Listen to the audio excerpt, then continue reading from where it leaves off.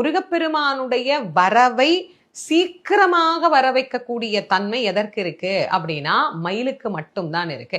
அதனால்தான் நீலச்சிகண்டியில் ஏறும் பிரான் எந்த நேரத்திலும் கோலக்குரத்தியுடன் வருவான் அப்படின்னு அருணகிரி பெருமான் இன்னொரு இடத்துல சொல்றார்.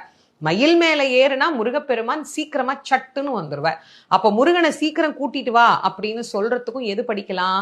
மயில் விருத்தத்தை நாம பாராயணம் பண்ணலாம். இந்த மயில் விருத்தத்துல இன்னொரு விஷயத்தையும் அருணகிரி பெருமான் அழகா சொல்லியிருக்கிறார். சந்தான புஷ்ப பரிமல கிங்கனீமுக சரணயுகள அமிர்த பிரபா சந்திரசேகர மூஷிகாரூட வெகுமோக சத்யப்பிரிய ஹாலிங்கன சிந்தாமணி கலசகரகடக்க போல திரியம்பக விநாயகன் முதல் சிவனை பலம் வரும் அளவில் உலகடைய நொடியில் வரு சித்திரக்கலாபமயிலாம் மந்தாகினி பிரபவதரங்க விதரங்க வனசொரோதய கிருத்திகா வரபுத்திர ராஜீவ பரியங்க தந்திரிய வராச்சலன் குலிசாயுதத்து இந்திராணி மாங்கல்ய தந்து ரக்ஷாபரண இகல்வேல் வினோதன் அருள்கூர் இமயகிரி குமரி மகனேரு நீலக்ரீவ ரத்னக்கலாபமயிலே அப்படின்னு மயில் விருத்தத்துல அருணகிரிநாத சுவாமி தன்னுடைய முதல் பாடல்ல ஆரம்பிக்கிறார்.